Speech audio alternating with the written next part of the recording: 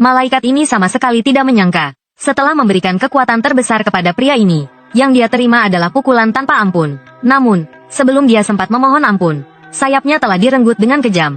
Karena pria itu tahu bahwa malaikat yang tampak suci di depannya, sebenarnya adalah seorang maniak yang suka membunuh. Dan manusia hanyalah ternak yang dipelihara Tuhan. Mereka berkembang perlahan di kandang yang disebut bumi. Namun, suatu hari Tuhan bosan dengan rutinitas merawat semut-semut ini, dan memutuskan untuk memusnahkan manusia lewat permainan kiamat ini. Namun, sebuah variabel muncul di tengah rencana itu. Saat semua orang bersujud menyembah malaikat, pria yang seharusnya menjadi boneka, membunuh malaikat pembawa pesan Tuhan. Baru saja, aku menjadi juara pertama dalam permainan maut ini. Meskipun hadiahnya melimpah, aku tidak puas hanya dengan itu. Aku meminta hadiah tambahan dari malaikat. Namun, belum selesai bicara, mata malaikat menunjukkan niat membunuh. Dia tidak bisa menerima bahwa seorang semut berani meminta lebih darinya. Dia berniat langsung membunuhku dengan satu gerakan. Namun menyadari kekuatannya sudah digunakan, dia memutuskan untuk melakukannya sendiri. Namun, dia harus menghindari pandangan pemain lain. Karena jika ketahuan, dia akan dihukum oleh para petinggi. Tapi dia tidak tahu bahwa semua ini adalah perangkapku. Segera aku dibawa ke sebuah hutan kecil. Untuk mengurangi kewaspadaanku, dia berbalik dan menunjukkan senyuman lembut. Namun tak disangka sebuah pukulan keras mendarat di wajahnya. Kekuatan besar menjatuhkannya ke tanah. Malaikat itu tak percaya bahwa dia dipukul oleh manusia. Namun aku tidak memberinya waktu untuk berpikir. Aku langsung meraih sayapnya dan menariknya dengan tegas. Tujuanku adalah untuk membuatnya kehilangan kemampuan terbang. Karena aku tahu malaikat memandang rendah manusia. Dan aku tahu kemampuan membunuhnya hanya bisa digunakan sekali. Jadi aku sengaja memancing malaikat untuk membunuhku. Sebelum dia selesai memohon ampun, aku menusukkan pedang menembus tubuhnya. Dan semua ini, kulakukan untuk menjadi orang pertama yang membunuh malaikat. Agar mendapatkan hadiah tersembunyi yang unik dan prestasi. Ini adalah informasi yang aku dapatkan setelah 15 kali reinkarnasi. Tidak hanya mendapatkan sebuah rune pembunuh yang kuat. Yang terpenting adalah mendapatkan sebotol darah malaikat. Yang memungkinkan aku berubah menjadi Death Reaper. Profesi tersembunyi yang unik. Sementara semua orang harus menunggu level 10 untuk berubah profesi. Aku harus menyelesaikannya lebih dulu dari mereka, agar memastikan hadiah melimpah menjadi milikku. Saat itu juga, sistem mengumumkan bahwa putaran pertama ujian telah selesai. Semua jiwa kembali ke tubuh masing-masing. Rasanya seperti mimpi, namun di sekitar tumpukan mayat, menyadarkan mereka bahwa semua ini nyata. Dari 1,8 miliar manusia, hanya 900 juta yang selamat. Pada saat itu, Yongming menemukan keanehan. Dia mengambil sebuah batu, dan menghancurkannya dengan ringan. Ini membuktikan bahwa kekuatan jiwa juga terbawa ke dunia nyata. Namun aku tahu, hal ini bukanlah kabar baik bagi manusia biasa. Karena seiring meningkatnya kekuatan para pemain, mereka akan menjadi makhluk seperti manusia super. Bahkan senjata tercanggih sekalipun tak mampu memusnahkan mereka. Untuk mencegah dunia jatuh dalam kekacauan, aku harus mengendalikan semua pemain dengan kekuatan mutlak. Namun sekarang, ada hal yang lebih penting untuk aku tangani. Dalam waktu kurang dari 2 menit setengah, aku sudah kembali ke rumah, dan membangunkan adik laki-lakiku yang sedang tidur, untuk mencari orang yang pernah membulinya di kehidupan pertama. Adikku menjadi buta karena dia dipukuli. Saat itu aku terlalu lemah. Namun sekarang, tidak ada yang bisa menyakiti adikku. Kami segera sampai di tempat tujuan. Pelaku pikir adikku datang untuk memberinya uang. Namun aku tiba-tiba memerintahkannya untuk berlutut dan meminta maaf. Dia menunjukkan ekspresi tidak percaya, mengira adikku lemah, dan kakaknya juga tidak jauh berbeda. Dia mencoba menggunakan kekerasan untuk menundukkanku. Namun dia tidak menyangka serangannya dengan mudah kuhindari. Wajahku langsung berubah menjadi sangat dingin. Apakah kamu tidak menonton berita? Jika iya, kamu tidak akan berani mengganggu adikku. Melihat Zheng Tai yang terkapar di tanah, aku tahu dia pasti tidak terima dalam hatinya. Jadi aku langsung mematahkan jarinya. Zheng Tai menangis kesakitan dan memohon ampun. Aku tahu dia tidak akan berani lagi. Namun aku tetap memberinya pelajaran tambahan. Setelah menyelesaikan urusan dengan Zheng Tai, aku membawa adikku ke supermarket, menghabiskan semua tabungan untuk membeli lotre, dan semuanya dengan nomor yang sama. Adikku marah karena aku menghabiskan semua tabungan. Namun aku tersenyum dan menyuruhnya tenang. Karena semua nomor itu adalah nomor pemenang. Aku tahu bahwa banyak orang akan mati di masa depan, dan ekonomi dunia akan menjadi kacau. Namun perdagangan perlengkapan antar pemain akan meningkat pesat, dan semuanya akan dilakukan dengan uang tunai. Jadi aku harus mendapatkan dana yang cukup. Setelah itu aku menggunakan uang tersebut untuk berinvestasi, dan membeli sebuah rumah mewah dengan harga tinggi. Adikku berpikir bahwa itu terlalu mewah untuk kami berdua. Namun aku menjelaskan bahwa rumah yang mahal memiliki sistem keamanan terbaik. Karena pada hari pertama setiap bulan, jiwa para pemain akan pergi ke permainan. Dan selama waktu itu kami menjadi paling rentan. Tidak peduli seberapa kuat kami di dunia lain. Jika mati di dunia nyata, semuanya akan berakhir. 2,5 hari kemudian, putaran kedua permainan dimulai. Aku mengusap kepala adikku, dan menyuruhnya untuk tidak khawatir. Ketika aku membuka mata lagi, aku berada di dunia permainan. Semua orang mengenaliku sebagai juara putaran sebelumnya, namun mereka tetap menjaga jarak denganku. Saat itu juga, malaikat tiba-tiba muncul entah dari mana. Semua orang bingung kenapa bukan malaikat yang sebelumnya. Dia menjelaskan bahwa malaikat sebelumnya mengalami kecelakaan, dan putaran kedua permainan akan dipandu olehnya. Kemudian malaikat mulai mengumumkan aturan putaran ini. Pemain harus memilih seorang perwakilan wilayah dalam waktu 3 jam. Berita baiknya, putaran ini tidak membutuhkan pertarungan, dan orang yang terpilih akan menguasai semua pemain di wilayahnya, bahkan bisa menentukan hidup dan mati mereka. Pemungutan suara akan dimulai 2,5 jam lagi, dan pemain yang selesai melakukan operasi akan dikirim kembali ke dunia nyata. Semua orang senang mendengar bahwa mereka tidak perlu mati, dan mulai bersorak gembira. Namun aku tahu bahwa tugas ini bukan yang paling penting, karena putaran kedua akan muncul sebuah misi tersembunyi. Namun aku harus mencapai level 10 terlebih dahulu. Jadi aku pergi ke pinggiran hutan untuk menemukan goblin. Aku langsung menyerang dan menyelesaikan goblin itu dengan satu tebasan. Namun monster di sekitar terlalu sedikit. Aku segera melangkah ke dalam hutan yang lebih berbahaya. Di sini terdapat banyak goblin tanpa akhir. Orang biasa tidak mungkin keluar hidup-hidup dari sini. Namun aku hanya menunjukkan senyum penuh semangat. Di mataku, mereka hanyalah mangsa mudah. Setengah jam kemudian, levelku naik ke level 9. Tanpa ragu sedikit pun, aku langsung menambahkan semua atribut kekecepatan. Karena di tahap awal, bahkan yang paling kuat, dapat mati karena serangan fatal. Namun dengan kecepatan tinggi, aku bisa dengan mudah menghindar. Pada saat itu, aku tiba-tiba menyadari sesuatu. Karena sibuk bertarung tadi, aku tidak menyadari seseorang mengikutiku dari belakang. Aku mengangkat belati dan memerintah orang itu keluar. Begitu aku selesai bicara, seorang wanita keluar dari balik pohon. Dia segera meminta maaf, mengklaim bahwa dia tidak berniat jahat, lalu memanggil temannya untuk datang. Namun saat aku melihat wajah pria itu, mataku langsung menyipit. Dia adalah tangan kanan Demon King, seorang pemain dengan kekuatan luar biasa. Bukan hanya itu, Demon King juga adalah salah satu rekan yang aku cari. Namun aku seharusnya tidak bertemu dengannya sekarang. Apakah kehadiran artis wanita ini menyebabkan efek kupu-kupu dan mengubah jalur masa depan? Aku sangat tidak suka perasaan ini, karena hal ini membuat masa depan sulit diprediksi. Jadi aku bertanya alasan mereka mengikutiku. Artis wanita itu tampak ragu. Dengan sedikit gugup, dia mengatakan bahwa setelah melihatku menjadi juara, dia ingin bergabung. Namun aku langsung menolak mereka. Bukan hanya karena aku tidak butuh beban tambahan saat ini. Yang lebih penting adalah aku harus mempercepat kenaikan levelku. Karena putaran kedua permainan akan segera berakhir. Setelah aku meninggalkan tempat ini, tubuh artis wanita itu tiba-tiba jatuh berlutut. Karena aura pria itu terlalu menakutkan. Dia bukan juara pertama tanpa alasan. Sayangnya, dia gagal mendapatkan perlindungannya. Pada saat yang sama, seekor goblin mengamati sekitarnya dengan cemas. Namun tidak menyangka aku tiba-tiba menyerangnya dari belakang. Dengan cepat aku mengayunkan belati, menusuk jantung goblin itu. Namun suara yang kubuat menarik perhatian beberapa werewolf. Melihat situasi itu, aku tersenyum, dan memperkirakan ini cukup untuk naik ke level 10. Aku pun menyelesaikan semua werewolf itu. Benar saja, levelku naik ke level 10. Sistem mengumumkan bahwa toko telah dibuka, dan memberiku sebuah misi tersembunyi. Aku segera mengeluarkan botol darah malaikat. Item ini adalah kunci untuk memicu misi tersembunyi. Tanpa ragu sedikit pun, aku langsung menggunakannya. Dalam sekejap, darah malaikat berubah menjadi rune Reaper. Ini menandakan bahwa aku telah berubah profesi. Sistem kemudian memberiku sabit khas Death Reaper, dan sebuah skill profesi bernama Badge of Death. Namun semua ini sudah sangat aku kenal. Aku kemudian menghabiskan 20.000 koin emas untuk membeli skill pelacak. Langsung menggunakannya pada Yongning, musuhku. Yang mengejutkanku, dia ternyata tidak jauh dariku. Sepertinya aku bisa diam-diam mengamatinya lebih dulu. Pada saat yang sama, artis wanita dan temannya sedang mencoba kabur dengan panik. Namun dia terluka dan kelelahan sehingga tidak bisa bergerak. Saat itu Yongning mengejar mereka dari belakang. Dengan angkuh dia menyuruh artis wanita melayani mereka dengan patuh.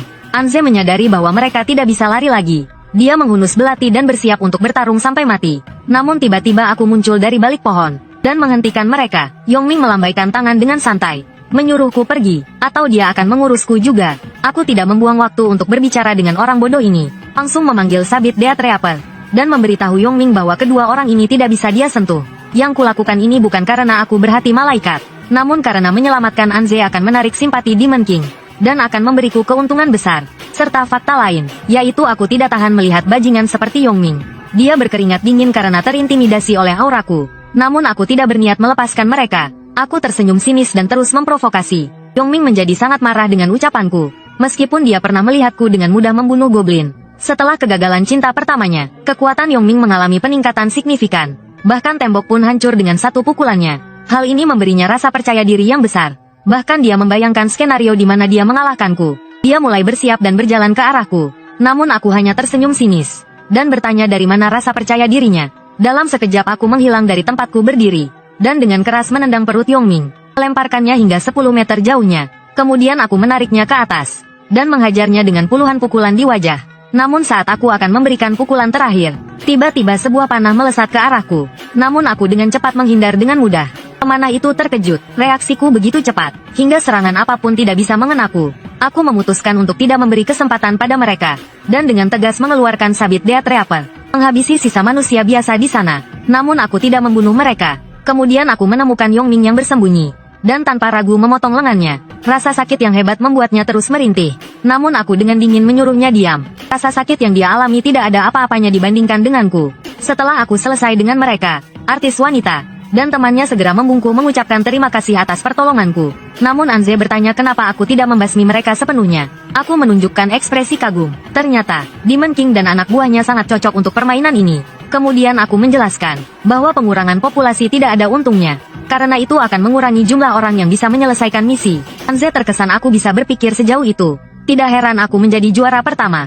Setelah itu, aku berpisah dengan mereka, karena aku masih harus mengejar levelku. Saat ini, pemilihan perwakilan wilayah menjadi semakin sengit. Semua orang ingin mendapatkan kekuasaan tertinggi. Bahkan beberapa mulai bertarung karena itu. Hingga seorang pria besar kehilangan kesabaran, mengeluarkan belati dan membunuh seorang pemain di dekatnya. Dia mengancam yang lain bahwa jika mereka tidak memilihnya, itu adalah nasib mereka.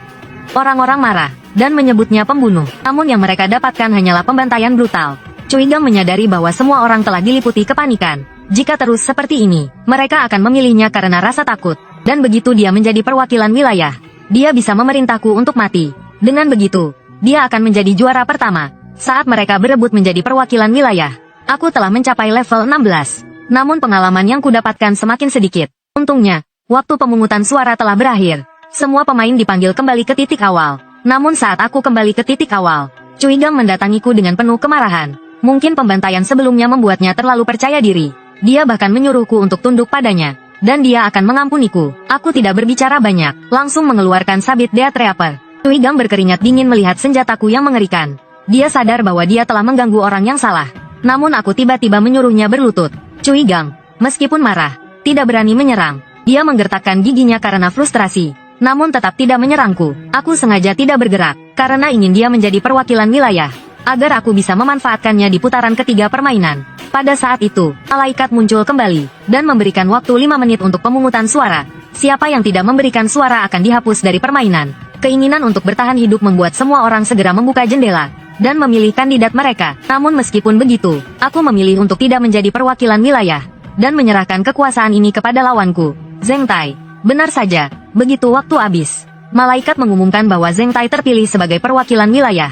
Zheng Tai tersenyum bangga mendengarnya. Dia ingin segera memerintahku untuk mati. Namun dia menyadari kemampuan ini sangat terbatas. Meskipun dia bisa memaksa pemain lain, tapi hanya bisa digunakan 10 kali, dan tidak dapat digunakan pada pemain dengan profesi. Namun informasi ini hanya diketahui oleh Zheng Tai. Dia tetap bisa berpura-pura kuat, dan mengancam semua pemain. Namun pada saat itu, malaikat tiba-tiba tersenyum dengan licik, dan mengungkapkan kemampuan perwakilan wilayah kepada semua orang. Zheng Tai menggertakkan gigi karena marah. Namun dia tidak berani marah kepada malaikat. Malaikat itu kembali tersenyum licik, dan mengatakan bahwa ada misi tersembunyi di putaran kedua. Namun pemain harus mencapai level 10 untuk memicunya. Dan satu-satunya pemain yang memenuhi syarat adalah aku. Semua orang memandangku dengan rasa iri. Yang lebih penting, aku adalah satu-satunya yang bisa mengabaikan perintah perwakilan wilayah. Hanya aku saja, sebagai juara dunia pertama kali lagi di wilayah ini. Malaikat memberikan 2 hadiah tambahan kepadaku. Aku memeriksa pilihan perlengkapan tingkat rendah, dan tanpa ragu memilih armor kulit. Jubah terlalu rapuh, armor kulit adalah pilihan terbaik. Untuk hadiah spesial, aku tanpa ragu memilih pengalaman 3 kali lipat, karena aku tahu di putaran ketiga akan ada banyak monster. Ini adalah peluang besar untuk naik level dengan cepat. Setelah pemberian hadiah selesai, semua jiwa pemain dikirim kembali ke dunia nyata. Setelah kembali, aku tidak beristirahat, karena waktu sangat singkat. Aku harus segera menemukan gadis itu. Dia bukan hanya salah satu rekan tim yang kucari, tapi juga sangat kubutuhkan kemampuannya sekarang. Aku segera sampai di sebuah toko lotre. Tentu saja, pemiliknya terlihat sangat cemas. Karena hasil taruhanku membuat semua lotre dihentikan, aku membungkuk untuk meminta maaf kepadanya, dan memberikan kompensasi sebesar 10 juta. Setelah itu selesai, aku langsung berbalik dan pergi. Anak perempuan pemilik, Julie, merasa tidak enak, dan ingin mengembalikan uang itu kepadaku. Namun dia tidak tahu bahwa itu semua adalah rencanaku. Tujuanku adalah untuk membuat Julie terkesan denganku, agar dia bisa menjadi rekan timku dengan mudah. Karena dia adalah satu-satunya penjaga dengan profesi unik. Julie mengenaliku sebagai teman sekelasnya. Namun aku berpura-pura tidak mengenalnya. Meskipun aku merasa bersalah, tapi itu membuat Julie semakin tertarik padaku. Benar saja, setelah semua itu, aku segera mendapatkan Julie sebagai teman. Setelah aku pergi, dia baru menyadari bahwa amplop itu belum dikembalikan. Julie merasa sangat gugup, dan berpikir ini adalah kesempatan dari takdir. Lalu dia memutuskan untuk mengundangku makan malam. Kemudian, di restoran, kami semakin dekat satu sama lain. Julie bahkan mengungkapkan kemampuannya padaku. Kemampuannya adalah buff yang meningkatkan semua atribut. Dengan peningkatan hingga 50%. Aku melihat panel atributku, dan memujinya berulang kali. Ini sungguh luar biasa. Akhirnya, tujuanku tercapai. Karena di putaran pertama, aku mendapat telur emas acak. Meski hasilnya acak, keberuntungan memengaruhi hasil koin emas. Dan buff dari Julie pasti memaksimalkan keuntungannya. Pada saat itu, dia mengeluarkan benda bercahaya dan memberikannya padaku. Aku sangat terkejut, dia ternyata memiliki benda ini. Setelah keluar dari restoran dan berpisah dengan Julie, aku segera membuka panel sistem. Benda itu disebut kristal ajaib, dan aku merasakan kekuatan magis halus di dalamnya. Meskipun belum bisa digunakan sekarang, namun saat mencapai level 20, aku akan tahu betapa berharganya itu. Setelah pemain mencapai level 20, fitur penggabungan akan terbuka. Kristal ini dapat dipasang pada senjata, dan meningkatkan berbagai atribut. Kristal ajaib memiliki 7 warna, namun yang paling langka adalah kristal ungu, karena bisa meningkatkan semua atribut, sesuatu yang tidak dimiliki kristal lain. Aku kemudian mengeluarkan kantong berisi 100 serangga, dan melemparkannya ke tanah. Aku menginjaknya hingga mati, memicu efek pembunuhan. Rune pembunuhan meningkat 100%. Dengan buff dari Julie dan amplifikasi rune, keberuntunganku sekarang sudah sangat tinggi. Aku segera mengeluarkan kantong uang acak dari inventaris, dan membukanya dengan antusias. Namun di detik berikutnya, mataku melebar. Jumlahnya mencapai batas maksimum, 9.999 koin emas. Melihat ini, aku tidak bisa menahan tawa, karena dalam 99 kali reinkarnasi, aku belum pernah menemukannya. Jumlah emas ini cukup untuk membeli perlengkapan epik. Aku segera kembali ke rumah, dan membuka toko, dengan harga 4.600 koin. Aku memilih kalung epik yang kuat. Yang paling penting, harganya sangat murah. Benar-benar barang bagus dengan harga terjangkau. Dan aku masih memiliki kupon diskon 50%. Setelah membeli, aku masih memiliki 14.000 koin emas. Awalnya aku ingin membeli perlengkapan biasa. Namun aku berpikir bahwa putaran ketiga tidak terlalu berbahaya. Lebih baik menyimpan koin emas ini dulu. Saat terkumpul 20.000, aku bisa membeli sebuah skill. Bagaimanapun, perlengkapan mudah ditemukan. Tapi skill sangat langka. Untungnya, ada banyak monster di setiap putaran permainan. Aku bisa mendapatkan 6.000 koin dalam waktu singkat. Segera, putaran ketiga permainan dimulai. Pemain mulai ditransfer masuk. Lingkungan yang asing membuat semua orang tegang. Dan kristal aneh di pusat kota membuat mereka semakin bingung. Pada saat itu, malaikat muncul entah dari mana, dan mengumumkan sebuah aturan yang menakutkan. Menghadapi misi sistem dari malaikat suci, semua pemain dilanda ketakutan yang luar biasa. Aturan misi, lindungi artefak selama 3 jam agar tidak hancur. Jika berhasil, 1.225 orang akan naik peringkat. Namun jumlah peserta misi kali ini adalah 4.900 orang. Artinya, 3/4 pemain akan dieliminasi di putaran ini. Menghadapi aturan kompetisi yang kejam, pemain marah dan merasa itu tidak adil. Namun malaikat tidak memanjakan mereka. Apa yang tidak adil? Beberapa putaran permainan memiliki aturan seperti ini. Kadang-kadang, carilah kesalahan pada diri sendiri. Sudah sejauh ini, apakah kamu sudah berusaha naik level? Apakah kamu sudah meningkatkan perlengkapan? Kemudian malaikat suci mulai mengumumkan aturan kompetisi. Setiap 30 menit, monster akan menyerang artefak dalam satu gelombang. Tugas kalian adalah melindungi artefak agar tidak hancur. Jika artefak dihancurkan, kalian akan mendapatkan hukuman berat. Jika berhasil menyelesaikan tugas, kalian akan diurutkan berdasarkan jumlah monster yang dibunuh.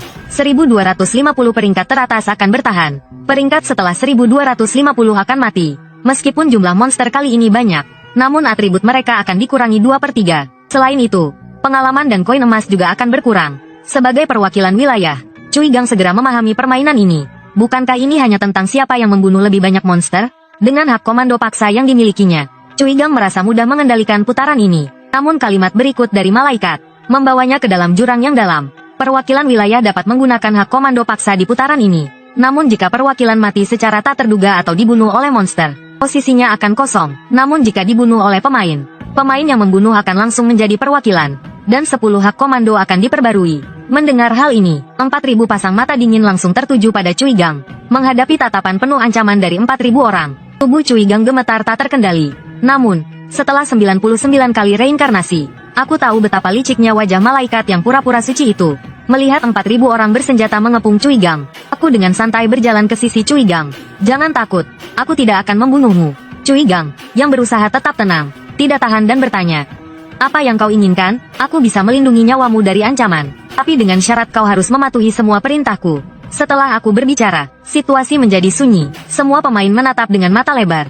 Tidak percaya dengan apa yang baru saja mereka dengar. Namun, antara secercah harapan dan harga diri gangsternya, Cui Gang memilih untuk menolak karena kesombongannya. Namun, semua ini telah kuperkirakan. Langkah selanjutnya adalah menjauhkan diriku darinya. Mulai sekarang, hidup matimu bukan urusanku. Pemain lain mengejek Cui Gang. Apakah layak kehilangan nyawa demi harga diri? Setelah mendengar jawabanku, para pemain tidak lagi menahan diri. Saat mereka bersiap untuk menyerang, sistem memberi peringatan bahwa gelombang monster pertama akan menyerang. Semua pemain, bersiaplah. Dalam kekacauan itu, Cui Gang buru-buru melarikan diri dari kerumunan. Aku membiarkannya diam-diam mengikutiku dari belakang. Ketika dia melihatku mendekati titik respawn monster sendirian, dia mulai berkeringat dingin karena takut. Menghadapi gerombolan goblin yang tak berujung, aku mengayunkan sabit Death Reaper dengan ringan. Saat bilah merah melintas, goblin di depanku segera menjadi potongan tubuh. Kemudian, aku melompat ke arah Goblin Emperor.